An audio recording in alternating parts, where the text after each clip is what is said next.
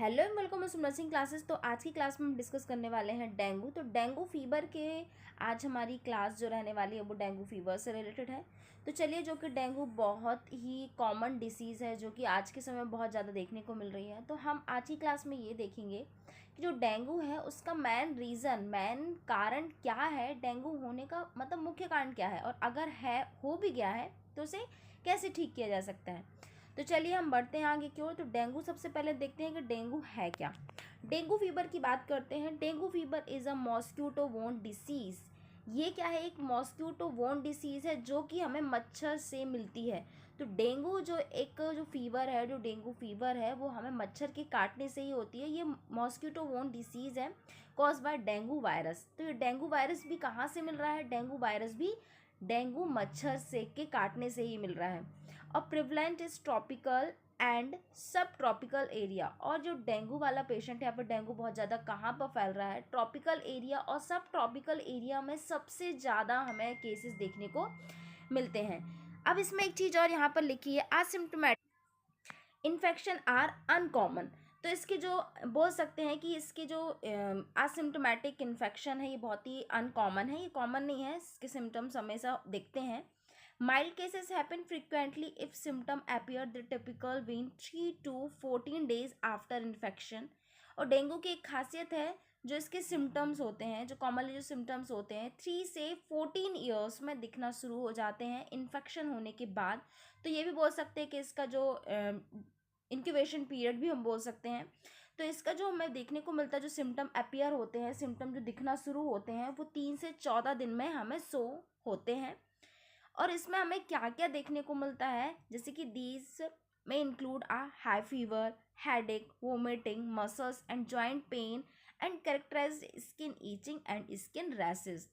तो जनरली होता क्या है, जो डेंगू फीवर से जो ग्रसित पेशेंट हैं उनमें जो हाई फीवर देखने को मिलेगा। हाई फीवर के साथ साथ उसे बहुत ज़्यादा हेडेक भी होगा।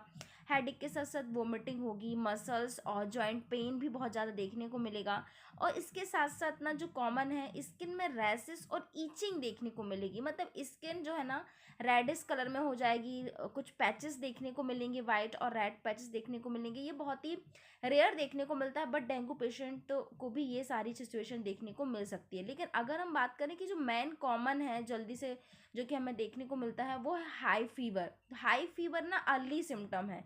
तो ये हमारे डेंगू क्या होता है ये हमने देखा। अब हम इसका जो मेन कारण है, जनरली तो हमने देख लिया कि डेंगू वायरस के कारण होता है, लेकिन अब डेंगू वायरस है वो कहाँ से आया है? तो जो कॉज है इसका, तो एडीज या फिर हम इसे बोल सकते हैं टाइगर मॉस्किटो के नाम से भी हम जानते हैं।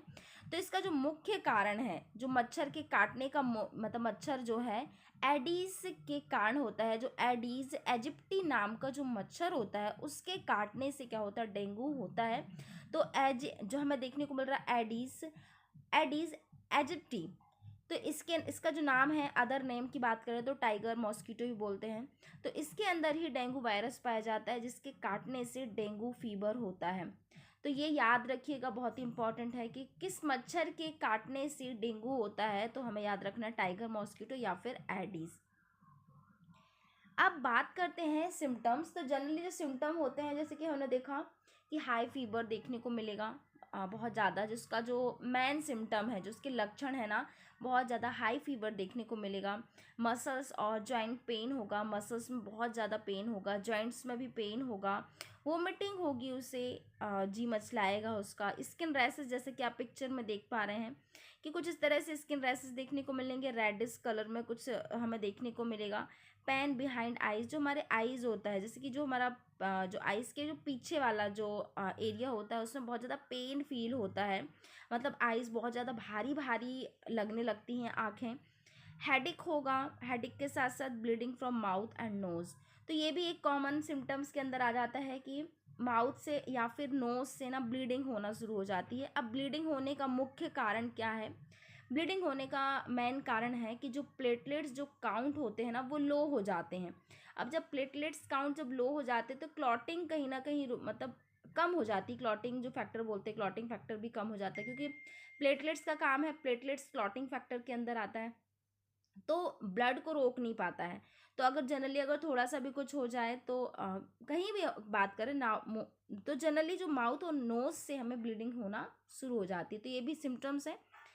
अब हम इसके देखिए और भी अदर सिम्टम है, तो ये वही सब लिखा है। Sudden onset of high fever, severe headache usually at back of eye, जो भी हमने देखा। Muscles and joint pain become painful, ये भी हमने देखा अभी। डेवलपमेंट ऑफ स्किन रैसेस देखा अभी हमने, स्किन में रैसेस हो जाएगा। फटीग देखने को मिलेगा, फटीग जैसे थकान थकान बहुत ज़्यादा महसूस होगा। माइल्ड ब्लीडिंग देखा हमने, माइल्ड ब्लीडिंग में जैसे कि नोज़ और माउथ से ब्लीडिंग होगा। अब देखिए यहाँ पर एक पिक्चर, इस पिक्चर के हेल्प से यहाँ पर हमें कुछ डेंगू फीवर के बारे में कुछ यहाँ पर बहुत अच्छी बात बताने जा रहे हैं कि ये जो हमें देखने को मिल रहा है डेंगू फीवर के जो सिम्टम है कुछ फेसेस के अकॉर्डिंग है। जैसे कि हमने देखा फेब्राइल फेसेस, फेब्राइल फेसेस में हमें कुछ सिम्टम्स अलग देखने को मिलते हैं। और इसके साथ साथ जो नीचे हमें देखने को मिलता है क्रिटिकल फेसेस, तो क्रिटिकल फेसेस में हमें कुछ अलग सिम्टम्स देखने को मिलेंगे। और हमें जो रिकवरी फेस में कुछ अलग सिम्टम्स देखेंगे।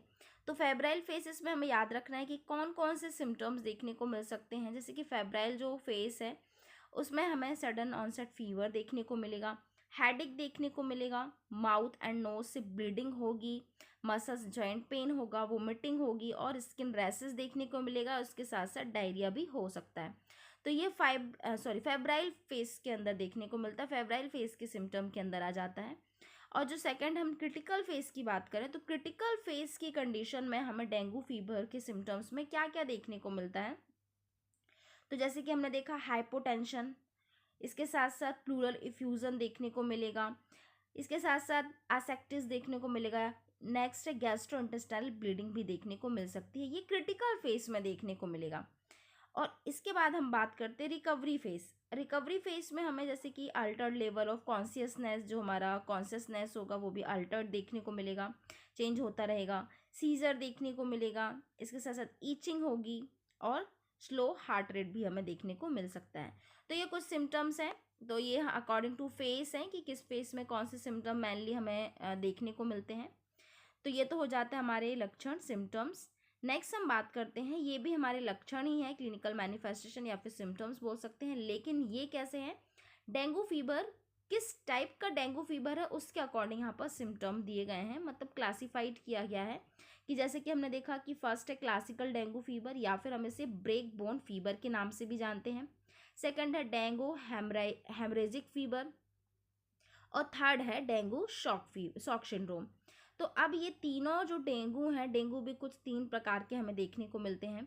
तो इनमें जैसे कि हमने देखा dengue fever, classical dengue fever और ब्रेक बोन फीवर जिसका हम बोलते हैं, इसमें लक्षण क्या देखने को मिलते हैं, इसके क्या सिम्टम्स होते हैं, कैसे हम पता करेंगे कि ब्रेक बोन फीवर है या फिर क्लासिकल डेंगू फीवर है। तो क्लासिकल डेंगू फीवर या फिर ब्रेक बोन फीवर के अंदर क्या होता है, चिल्स एंड हाई फीवर देखने को मिलेगा। अब हाई फीवर की बात करते हैं तो इसमें फीवर जो होगा ना 39 to 40 डिग्री सेल्सियस देखने को मिलेगा। इंटेंस हेडेक होगी, मतलब बहुत ज़्यादा सिर दर्द होगा, मसल्स एंड जॉइंट पेन देखने को मिलेगा। इसके साथ साथ रेट्रो ऑर्बिटल पेन देखने को मिलेगा, कॉन्स्टिपेशन होगा, उसका जो मोशन भी प्रॉब्लम होगा, अल्टर टेस्ट सेंसेशन, जो उसका टेस्ट होगा, टेस्ट में भी क्या होगा, चेंजेस देखने को मिलेंगे, स्वाद में परिवर्तन होगा। इसके साथ साथ हम देखते हैं रैसेस ऑन 3rd और 4th डे, तो हमें देखने को मिलता है कि कुछ से जो दाने हैं, जो रैसेस है, 3 से 4 दिन में स्किन में रैसेस देखने को मिल सकते हैं। तो ये क्लासिकल डेंगू फीवर और ब्रेक बोन फीवर के सिम्टम्स हैं। तो ये तो हमारे हो जाते हैं ब्रेक बोन फीवर के। अब नेक्स्ट जो हम देख रहे हैं डेंगू हेमरेजिक फीवर।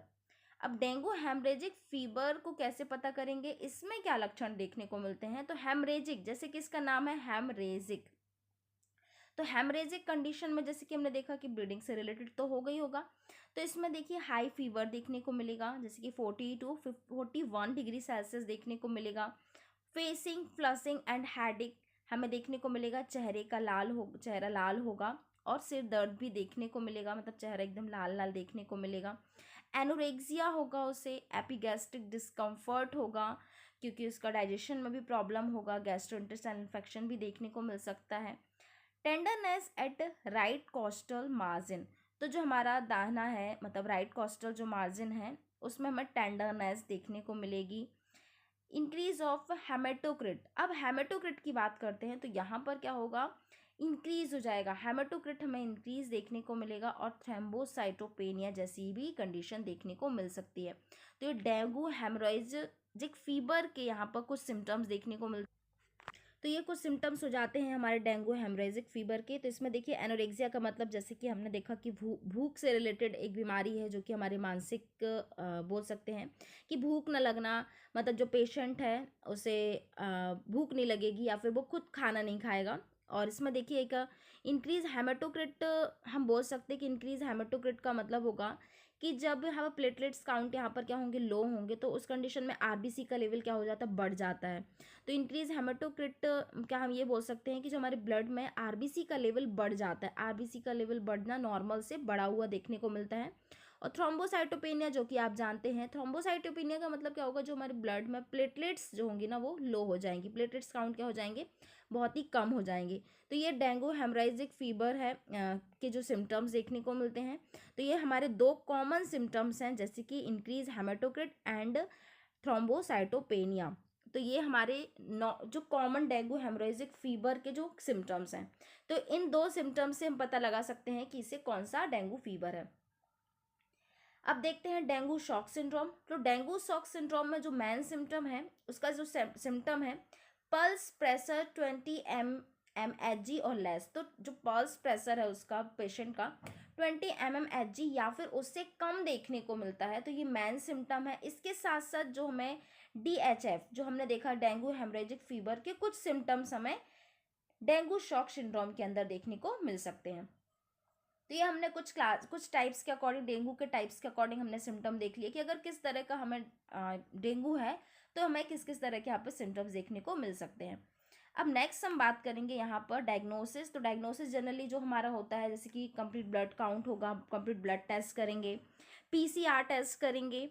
इसके साथ साथ हम एंटीबॉडी फॉर डेंगू वायरस, जो डेंगू वायरस का टाइप पता करने के लिए, डेंगू वायरस को एग्जिट पता करने के लिए, हाँ डेंगू है या नहीं है, तो यहाँ पर एंटीबॉडी टिटर का टेस्ट यहाँ पर देखेंगे। लिवर फंक्शन टेस्ट करेंगे, LFT टेस्ट के अंदर जितने भी टेस्ट आते हैं वो सारे यहाँ पर करना होगा। तो ये कुछ डायग्नोसिस हो जाते हैं। इसके साथ साथ जैसे कि हमने देखा कंप्लीट ब्लड काउंट से क्या पता चलेगा, कंप्लीट ब्लड काउंट से हमें ये पता चल सकता है कि अगर प्लेटलेट्स काउंट और आरबीसी काउंट डिस्टर्ब है, जैसे कि अभी हमने देखा इंक्रीज हेमाटोक्रिट और थ्रोम्बोसाइटोपेनिया, तो यहाँ पर क्या देखने को मिलेगा, अगर डेंगू फीवर है तो उसे जो उसका प्लेटलेट्स काउंट होगा ना वो क्या हो जाएगा, लो रहेगा। तो जनरली क्या होता है, जो प्लेटलेट्स के जो नॉर्मल वैल्यू कितनी होती है, यहाँ हमें देखने को मिलती है कुछ something 4 lakh to 11 lakh something होती है। सॉरी, जो प्लेटलेट्स काउंट होता है वो 1.5 लाख से 4.5 लाख जो नॉर्मल काउंट होता है, प्लेटलेट्स काउंट होता है। लेकिन अगर इससे कम देखने को मिलता है, जो ब्लड में प्लेटलेट्स काउंट अगर घट जाता है, तो उस कंडीशन में हम ये पता कर सकते हैं कि इसे डेंगू है। तो हम एग्जिट पता करने के लिए कि हाँ वाकई में डेंगू फीवर है या नहीं है, तो हम इसका जो किट टेस्ट होता है, PCR टेस्ट या फिर एंटीबॉडी टिटर टेस्ट से पता करते हैं कि डेंगू है भी या नहीं है। क्योंकि कभी कभी क्या होता है कि सिर्फ ब्लड टेस्ट से, कंप्लीट ब्लड काउंट से नहीं पता लगाया जा सकता है कि डेंगू फीवर है या नहीं है, क्योंकि कभी कभी क्या होता है कि प्लेटलेट्स काउंट डिस्टर्ब नहीं होते हैं। प्लेटलेट्स काउंट डिस्टर्ब कब होते हैं, जब ज़्यादा क्रिटिकल कंडीशन हो जाती है या फिर ज़्यादा स्टेज में डेंगू पहुंच जाता है। तो हर बार नहीं पता कर सकते हैं कि कंप्लीट ब्लड काउंट से कि प्लेटलेट्स काउंट लो हो पा रहे हैं या नहीं हो रहे हैं। तो इस कंडीशन में जो कंफर्म अगर पता करना है तो PCR और एंटीबॉडी टिटर से ही पता करते हैं कि डेंगू फीवर है या नहीं है, डेंगू वायरस ब्लड के अंदर एंटर हुआ है या नहीं हुआ है। तो हम ये देख लेते हैं। तो याद रखना, जो प्लेटलेट्स जो काउंट होते हैं, नॉर्मल प्लेटलेट्स जो काउंट होते हैं 1.5 लाख से 4.5 लाख नॉर्मल वैल्यू होती है। तो ये हमारे प्लेटलेट्स काउंट की वैल्यू होती है। अगर प्लेटलेट्स काउंट लो हो जाते हैं ना, तो वो भी एक तरह से डायग्नोसिस के अंदर आता है कि हाँ इसे डेंगू हो सकता है। ट्रीटमेंट की बात करते हैं तो देखिए, ट्रीटमेंट का जो इसका जनरली बोला जाए कि इसमें पर्टिकुलर एक एंटीबायोटिक्स ही देते हैं। कोई इसका स्पेशल ट्रीटमेंट तो नहीं बोल सकते हैं, सिम्टम्स के अकॉर्डिंग यहाँ पर ट्रीटमेंट दिया जाता है। डिपेंड करता है कि उसमें लक्षण क्या देखने को मिल रहा है, किस स्टेज में डेंगू फीवर पहुँच गया है, तो उसके अकॉर्डिंग ट्रीटमेंट दिया जाता है। अगर जनरल ट्रीटमेंट की बात करें तो अगर जैसे कि हम बोल सकते हैं कि डेंगू है तो उसे क्या क्या कर सकते हैं, तो उसे ज़्यादा से ज़्यादा हाइड्रेट रखेंगे, drink plenty water to avoid dehydration, क्योंकि इस कंडीशन में उसमें डिहाइड्रेशन देखने को मिल सकता है पेशेंट में, तो उससे ज़्यादा से ज़्यादा पानी पीने के लिए बोलेंगे, बॉडी को हाइड्रेट रखने के लिए बोलते हैं। पपाया लीव्स हेल्पफुल होता है प्लेटलेट्स काउंट को बढ़ाने के लिए, तो सजेस्ट किया जाता है ज़्यादा से ज़्यादा पपाया लीव्स का जूस पिए, मतलब पपाया जो पपीता होता है उसकी पत्तियों का जूस पिए। पपाया भी बेनिफिशियल होता है इस कंडीशन में। टेक बेड रेस्ट, और डेंगू फीवर जिससे भी होता है ना, उससे जो प्रायोरिटी दी जाती है उसे रेस्ट करने के लिए बोला जाता है, क्योंकि रेस्ट उसके लिए बहुत इंपॉर्टेंट होता है अगर कोई डेंगू से ग्रसित है तो। और जैसे कि हमने यहाँ पर देखा कि जो कुछ मेडिसिन होती हैं जैसे कि पेन रिलीफ करने के लिए और रिड्यूस फीवर को रिड्यूस करने के लिए कुछ जनरली मेडिसिन दी जाती हैं कि इससे कंट्रोल किया जा सके, तो उसे एंटीबायोटिक्स के हेल्प से उस ट्रीटमेंट डेंगू फीवर को ठीक किया जा सकता है। तो ये तो जो भी हमारे डॉक्टर्स होते हैं, जो भी हम प्रिस्क्रिप्शन मिलता है उसके अकॉर्डिंग यहाँ पर देखना होता है। अब बात करते प्रिवेंशन। तो प्रिवेंशन जो कि हमारे हाथ में है, क्या क्या प्रिवेंशन हो सकता है डेंगू से, कैसे बचा जा सकता है। तो देखिए प्रिवेंशन की बात करते तो प्रिवेंशन तो हमें बहुत सारे देखने को मिलते हैं। तो फर्स्ट जो हमें देखने को मिलेगा, dengue fever vaccine should be taken. तो अगर डेंगू से बचना है, अगर लगता है कि ट्रॉपिकल एरिया या फिर आप सब ट्रॉपिकल एरिया में रहते हैं, तो उस कंडीशन में आप ना डेंगू फीवर का वैक्सीन लगवा सकते हैं कि क्योंकि ट्रॉपिकल और सब ट्रॉपिकल एरिया में सबसे ज़्यादा केसेस देखने को मिलते हैं, तो इस कंडीशन में वैक्सीन लगवाओ तो डेंगू से बचा जा सकता है। Exposure to mosquito should be avoided, तो मच्छरों के संपर्क में आने से बचना है, ऐसी जगह नहीं जाना है जैसे कि हमने देखा रात के समय, शाम के समय, कि जहाँ बहुत ज़्यादा मच्छर हो रहे हैं तो उस जगह पे नहीं जाना। जनरली ट्रॉपिकल सब ट्रॉपिकल एरिया में, मतलब जंगलों झाड़ियों में बहुत ज़्यादा हमें मच्छर देखने को मिलते हैं, तो ऐसी जगह को अवॉइड करना है। ड्रेनेज ऑफ स्ट्रेटमेंट वाटर, तो स्थिर पानी को क्या करना है, उसको बाहर निकालना है। जो अगर स्थिर पानी है, घर पर भी हो सकता है, कहीं हमारे गलियों में मोहल्लों में कहीं पानी भरा हुआ है तो उसे निकालने की कोशिश करना है, क्योंकि मच्छर वहीं से पनपता है। नेक्स्ट है inhibiting breeding of mosquito virus के मच्छरों के प्रजनन को रोकना है। मच्छर को प्रजनन को रोकने के लिए क्या कर सकते हैं जनरली, जैसे कि application of oil the stagnant water, जैसे कि अगर कहीं पर पानी रुका हुआ है, वहाँ पर जमा हुआ है, तो उस कंडीशन में क्या करेंगे, जो स्थिर पानी है, रुका हुआ पानी है, वहाँ पर कुछ ऑयल्स जो आते हैं जो कि कीटनाशक होते हैं, तो जो उनके ग्रोथ को, प्रजनन को, मच्छरों के प्रजनन को रोकते हैं, तो उसका यूज़ करना है। Next application of insecticide to open water, को खुले पानी में कीटनाशकों का प्रयोग करना है ताकि जो भी मच्छर हैं वो एकदम से पनप ना पाए, क्योंकि बहुत जल्दी वो प्रजनन करते हैं, बहुत जल्दी ग्रोथ होती है मच्छरों की। तो यहाँ पर ओपन वाटर में इंसेक्टिसाइड्स का यूज़ कर सकते हैं ताकि मच्छर की जो ग्रोथ है वो ना बढ़ पाए। स्लीपिंग अंडर मॉस्किटो नेट, कोशिश करना है कि मॉस्किटो नेट के अंदर ही सोना है, इससे भी बचा जा सकता है। प्रिवेंशन ये हमारे हाथ में है जो कि। अब नेक्स्ट है application of insect repellent such as, जैसे कि कीट जो हमारे का प्रयोग करना, जो विकर्षक बोल सकते हैं, जिससे कि उनका आकर्षण ना हो। तो आकर्षण ना हो, किस कंडीशन में आकर्षण नहीं होगा, जैसे कि आजकल मच्छर को हमारे बॉडी में लगाने के लिए कई तरह के ऑइंटमेंट्स आ गए हैं कि आप ऑइंटमेंट्स लगा सकते हैं बॉडी में, तो वो हमारे कभी कभी ईचिंग और रैसेस भी कर सकता है। तो वो उससे बेटर रहेगा कि आप फुल क्लॉथ्स पहने, अपनी बॉडी को फुल कवर करके रखें, जिससे कि मच्छर आपके डायरेक्ट बॉडी में यहाँ पर काट नहीं पाएंगे। तो ऑइंटमेंट का सजेशन सब पर नहीं लागू होता है, क्योंकि कभी कभी जो रैसेस होने के चांसेस रहते हैं, किसी को ऑइंटमेंट सूट करता है, किसी को नहीं करता है। तो ऑइंटमेंट तो एक तरह से ऑइंटमेंट का भी यूज़ कर सकते हैं बॉडी में, ताकि मच्छर ना काट पाए, मच्छर उससे भागे हमारे बॉडी से।